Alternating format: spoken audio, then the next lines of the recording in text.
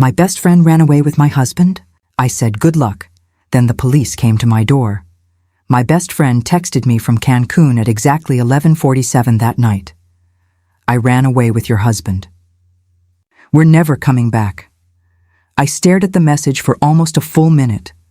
I read it again. Then I typed only 2 words. "Good luck." That was it. I did not call my husband. I did not call my best friend. I did not beg for an explanation, and I did not give them the satisfaction of hearing me cry. Instead, I started making phone calls. I canceled every credit card connected to my name. I called the bank and removed my husband from every account I was legally able to change. Then I changed every lock on my house. By sunrise, I honestly believed the worst part of my marriage was finally behind me. I was wrong. Someone knocked on my front door. I looked through the window and saw 2 police officers standing outside. For a moment, I could not understand why they were there. Then one of them asked me a question that made my heart stop. "Ma'am, are you the homeowner?" "Yes," I answered. He looked at his partner. Then he looked back at me. "Then we need to talk to you about your husband." That was the moment I realized my husband and my best friend had not simply run away together. They had left something behind. And somehow, my name was on it. My husband and I had been married for 11 years. My best friend had been in my life even longer. She knew me better than almost anyone. She knew my daily routine, my family, my habits, and the little details I never thought twice about sharing. She had been inside my house hundreds of times. She knew where I kept my spare keys.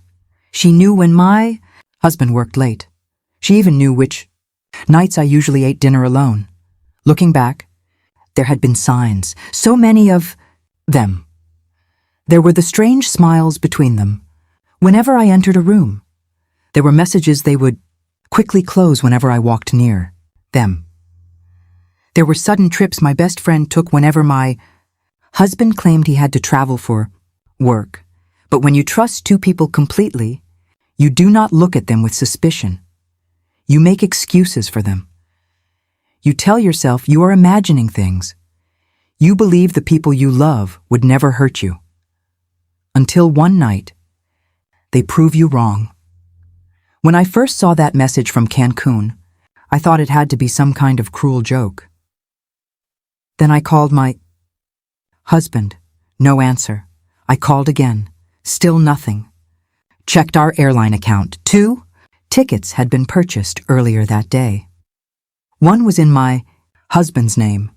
The other was in hers. That was when I finally understood. They had planned this. They had not simply disappeared in the middle of the night.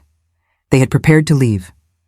And strangely enough, after the first wave of pain passed, I felt something I had not felt in months.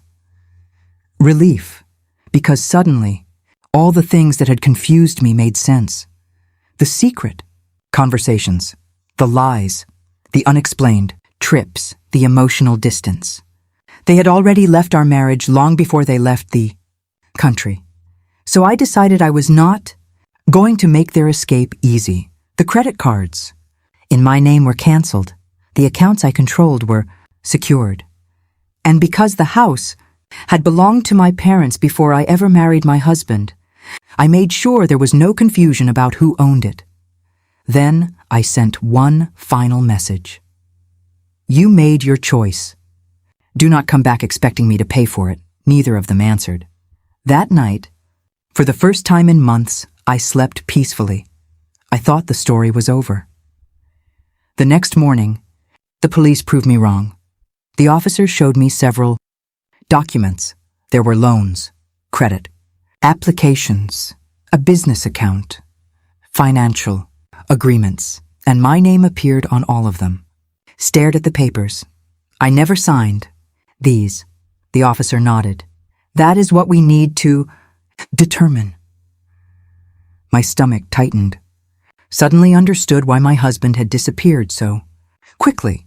This was not just about an affair. It was bigger, much bigger. Someone had been using my identity Someone had been creating financial obligations in my name. And then I remembered something. 3 weeks earlier, my best friend had asked me for copies of some old financial documents. She told me she was helping me organize my records. I trusted her. Why wouldn't I?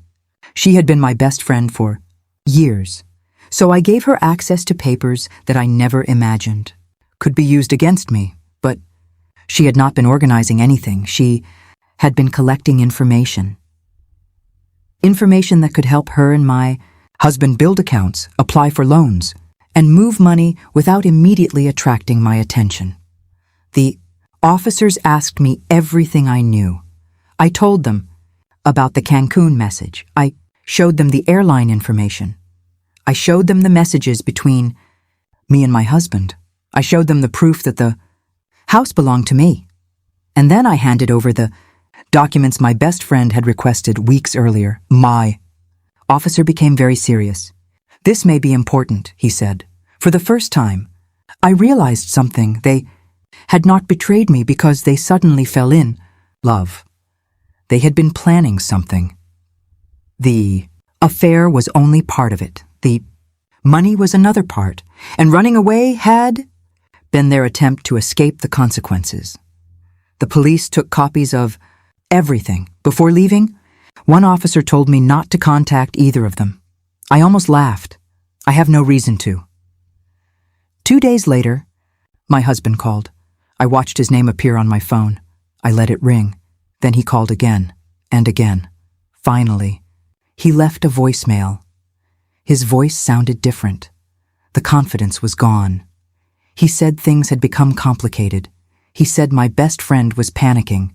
Then he said they needed money.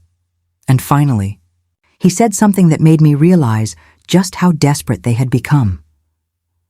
"Please don't tell the police anything else." I saved the voicemail. Then I sent it directly to the investigator. After that, my husband stopped calling. For several weeks, I heard nothing. Then my best friend sent me a message. She said she was sorry. She said she had made a terrible mistake.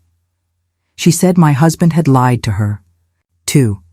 She claimed she never expected things to become this serious. I read the message twice. Maybe some of what she said was true. Maybe none of it was. But by then, I had learned something important. People often say they are sorry when they regret the consequences. That does not always mean they regret what they did. She had not apologized when she was secretly meeting my husband. She had not apologized when she helped create financial accounts in my name. She had not apologized when she boarded a plane with him. She apologized after the police started asking questions.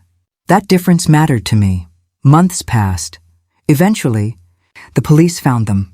The details came together piece by piece.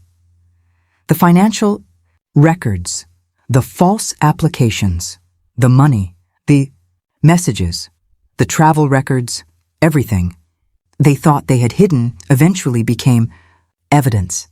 They had believed Cancun would give them a fresh beginning. Instead, every mile they traveled only brought them closer to the consequences waiting for them, and the strange part was that I never had to chase them, never had to scream at them. I never had to plan revenge. I simply protected myself and told them 2 words: good luck. One evening, months later, I stood inside my quiet house and looked at the new locks on the front door. Those locks meant more to me than security.